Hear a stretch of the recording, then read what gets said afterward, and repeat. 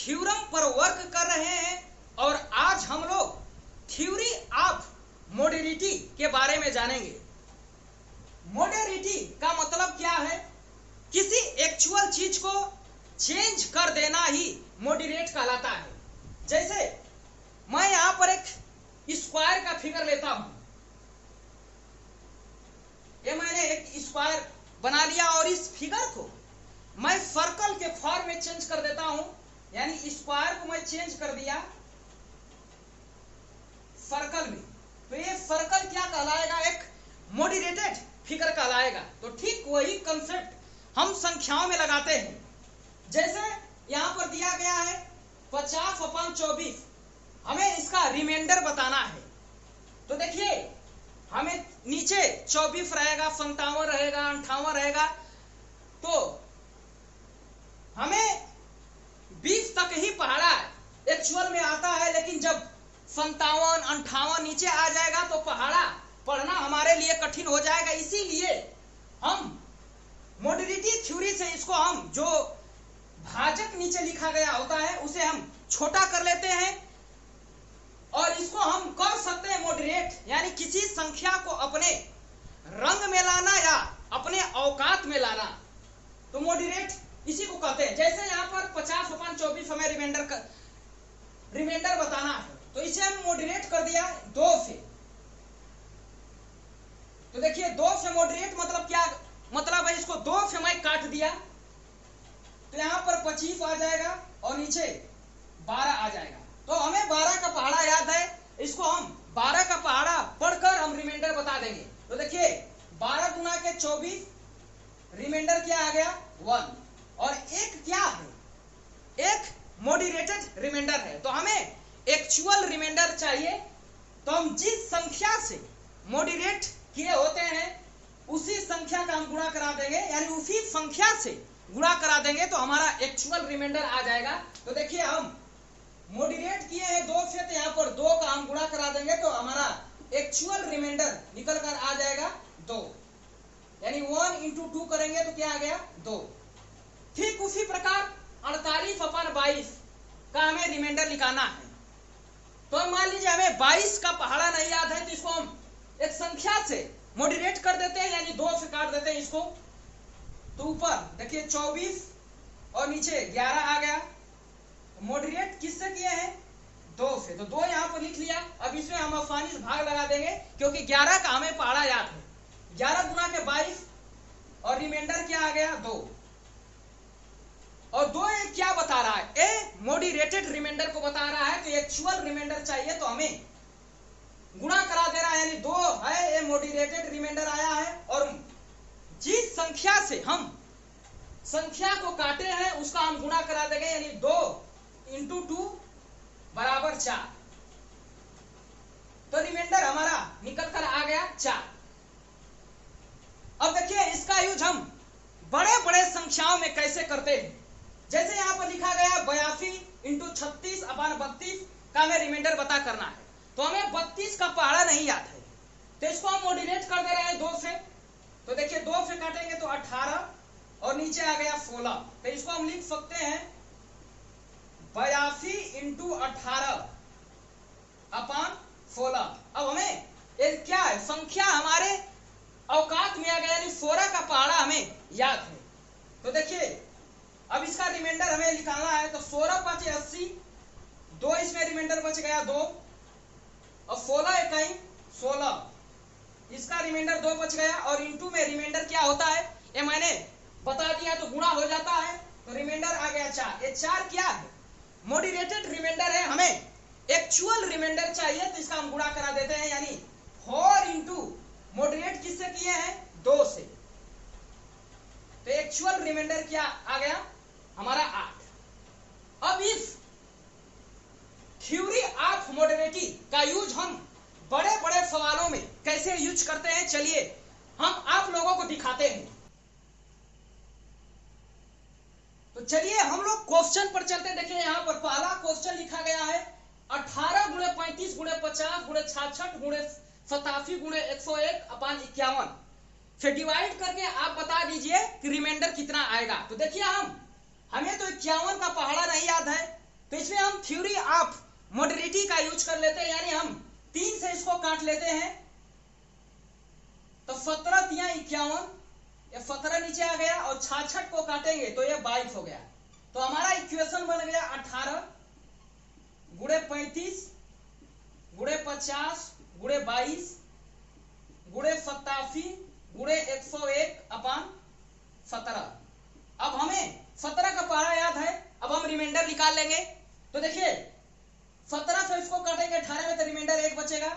17 गुना के 34 रिमाइंडर 1 और 17 तिया 51 यानी 50 यहाँ पर है, तो हमें एक बार एक्स्ट्रा ले जाते हैं और संख्या जितनी बार एक्स्ट्रा आती है उसी को माइनस में लगाकर लिखते हैं। ये मैंने आपको बता दिया। तो 17 तिया 51 एक अधिक है तो -1 हम यहाँ पर लिख लेंगे और 17 से जब 22 में डिवाइड करेंगे तो रिमाइंडर आएगा 5 आ गया। 17 5 85, इसका रिमाइंडर 2। 17 6 102, यहाँ पर 101 लिखा गया है तो यहाँ -1 इसका रिमाइंडर बचेगा। तो देखिए रिमाइंडर में क्या क्या आया है, 1 × 1 -1 गुणे 5 × 2 -1, यानी 2 बार माइनस आया है तो मल्टीप्लीकेशन में सम बार माइनस आने के बाद ये प्लस हो जाएगा, तो मैंने यहाँ पर प्लस लिख दिया प्लस। और 5 गुना के 10, ये रिमाइंडर आ गया 10। और 10 ये क्या है, ये एक्चुअल रिमाइंडर नहीं है, ये मॉडरेटेड रिमाइंडर है। तो जिस संख्या से हम मॉडरेट किए हैं, यानी मैंने 3 से इस संख्या को काटा था, यानी मॉडरेट इसको किससे किए थे हम, 3 से।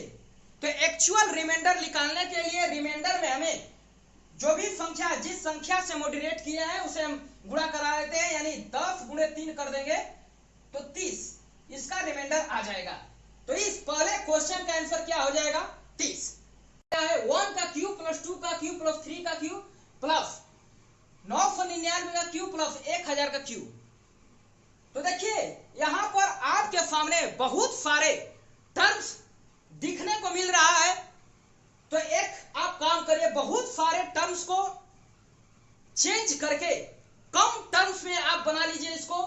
देखिए ऐसे सवालों में क्या होता है, रिमाइंडर या तो रिपीट करेगा या लास्ट में जाते जाते जीरो फॉलो करने लगता है। तो ये सवाल जो इतना बड़ा है जीरो आ जाएगा और ये गुणा में रहेगा तो हमारा रिमाइंडर क्या आ जाएगा, जीरो आ जाएगा। या कोई साइकिल को फॉर्म कर रहा होगा तो देखिए 1 का क्यूब प्लस 2 का क्यूब, मैं कम टर्म्स में बना लेता हूं। जैसे एक सूत्र होता है 1 का क्यूब प्लस 2 का क्यूब प्लस 3 का क्यूब डॉट डॉट, इसका सूत्र होता है n प्लस 1/2 का होल स्क्वायर। इस सूत्र का प्रयोग करके मैं इसको कम टर्म से चेंज कर देता हूं। n के जगह क्या है, 1000 है और n प्लस 1 यानी 1001/2 ये होल स्क्वायर और 13 से हमें डिवाइड करना है तो 13 नीचे मैंने लिख दिया। तो इसको हम काट देते हैं तो 500, ये स्क्वायर है तो इसको हम लिख सकते हैं 500 गुणे 500 गुणे 101 या 1001 गुणे 1001/13। तो देखिए इसको मैं हल कर देता हूं। आप 500 में 13 से डिवाइड करेंगे तो इसका रिमाइंडर आता है 6। अब 500 में 13 से डिवाइड करेंगे तो इसका शेषफल आएगा 6। और मैंने आपको यह बताया था, ये हमारे लिए क्वेश्चन बहुत ही आसान है। 1001 का मैंने बताया था, 1001 को लिख सकते हैं 7 गुणे 11 गुणे 13, यानी ये क्या है, एक फैक्टर है। 1001 को आप लिख सकते हैं 7 गुणे 11 गुणे 13। ये मैंने डिविजिबिलिटी रूल में आपको बता दिया है। तो देखिए फैक्टर का मतलब क्या है, 7 इसको काट देगा, 11 इसको काट देगा, 13 भी इसको काट देगा। यानी जब संख्याएं पूरी कट जाती है तो रिमाइंडर क्या आने लगता है, 0। तो देखिए इसको आप काटेंगे तो यह रिमाइंडर 0, यहां पर 0। और देखिए जो शेषफल है मल्टीप्लीकेशन के रूप में है। तो देखिए 6 गुणे 6 गुणे 0 0 0 करेंगे तो इसका रिमाइंडर क्या आ जाएगा, 0। तो ये आपको डिविजिबिलिटी रूल में आपको ये पता होता तो 7 7 × 11 × 13 यानी हमें 13 पे डिवाइड करना, तो यहीं पर तुरंत एक जीरो आता, तो जहां जीरो आएगा और रिमाइंडर हमारा मल्टीप्लीकेशन के रूप में लिखे गए हैं, तो हम क्विकली इस सवाल का जवाब दे देंगे, यानी रिमाइंडर इसका क्या आएगा, 0। यहां पर तीसरा क्वेश्चन मैंने लिख दिया है, factorial 1 factorial 2 factorial 3 dot dot plus factorial 99 अपान 12 में 12 से आप डिवाइड करिए और हमें रिमाइंडर बताइए। तो इसके लिए सबसे पहले मैं एक बेसिक कंसेप्ट बता देता हूं। जैसे 8 में हमें 12 से डिवाइड करना है, तो रिमाइंडर क्या आएगा, 8 आएगा, क्योंकि यहां पर डिवीजर क्या है, बड़ा है, और डिविडेंड क्या है, छोटा है। इसके पीछे का लॉजिक क्या है, यानी भाजक जब बड़ा होता है और डिविडेंड हमारा यानी भाज्य छोटा होता है, तो डायरेक्ट हमारा रिमाइंडर को बताता है। जैसे मैं कह दूं 25 में हमें 32 से भाग देना है, तो इसका रिमाइंडर 25 आएगा। देखिए 8 में जब हम 12 से डिवाइड करते हैं, तो इसका रिमाइंडर क्या आता है, ये 8 ही आएगा, क्योंकि देखिए इसके पीछे का लॉजिक क्या है, 0 बार हम ले जाते हैं, तो यानी 0 का गुणा कराएंगे तो 0 यहां पर हो जाएगा, तो हमारा रिमाइंडर क्या आ जाता है, 8। तो हमारा डिविडेंड छोटा है और हमारा डिवीजर क्या है, बड़ा, तो डिविडेंड छोटा है, तो हमारा ये डायरेक्ट हमारा रिमाइंडर बताएगा। ठीक वही कंसेप्ट इसमें लगाएंगे।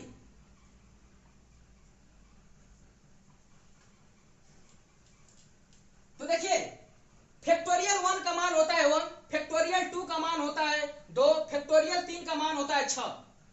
फैक्टोरियल का मान निकालना ही बहुत आसान है। जैसे factorial 1 plus factorial 2 plus factorial 3 plus factorial 4, तो देखिए फैक्टोरियल 1 का मान क्या होता है, 1 होता है, तो इसके ऊपर मैंने 1 लिख दिया। अब हमें डायरेक्ट गुणा कराते हुए चलना है, यानी 1 गुणे 2 करेंगे तो फैक्टोरियल 2 का मान निकल जाएगा। इसका फैक्टोरियल 2 का मान क्या आ गया, 2। तिर्यक हम गुणा करा देंगे, 2 को लेकर हम यहां पर आएंगे, तो फैक्टोरियल 3 का मान क्या हो जाएगा, 2 गुणे 3 करेंगे तो फैक्टोरियल 3 का मान क्या आ जाएगा, 6। अब हमें फैक्टोरियल 4 का मान हमें बताना है, तो 6 को हम तिर्यक गुणा करा देंगे, तो 6 चौके 24। ये क्या हो गया, ये आसान तरीका है। एक आप फैक्टोरियल का मान निकाल दिया, वो क्रॉस में गुणा कराते चले जाएंगे, तो फैक्टोरियल का मान आपको निकलता चला जाएगा। तो ठीक देखिए फैक्टोरियल 1 का मान क्या है, मैंने 1, तो इसका जब 1/12 में जब डिवाइड करेंगे तो इसका रिमाइंडर क्या आएगा, 1 ही आएगा, क्योंकि हमारा क्या है, डिविडेंड छोटा है और डिवीजर क्या है, बड़ा है। तो वही कंसेप्ट इसमें हम लगा रहे हैं। तो इसका रिमाइंडर आ जाएगा 1, इसका रिमाइंडर आएगा 2, इसका रिमाइंडर आ जाएगा 6, और देखिए फैक्टोरियल 4 का मान क्या आ गया, 24। तो 12 गुना के 24, 24 में जब 12 का भाग लगाएंगे तो इसका रिमाइंडर क्या आएगा, 0। अब एक जो फैक्टोरियल का मान 0 आने लगा, तो ये लास्ट तक क्या हो जाएगा, ये 0 आने लगेगा, यानी इसका मान रिमाइंडर 0, इसमें भी 0, यानी 0 0 आने लगेगा। तो हमें 0 से मतलब है, इसको आप जितना भी रिमाइंडर निकला है उसको हम ऐड कर लेते हैं। तो देखिए 1 + 2 + 6 + 0 0 0 ए रिमाइंडर। तो देखिए 6 2 8 1 9, इस एक्सप्रेशन का रिमाइंडर कितना आ गया, 9।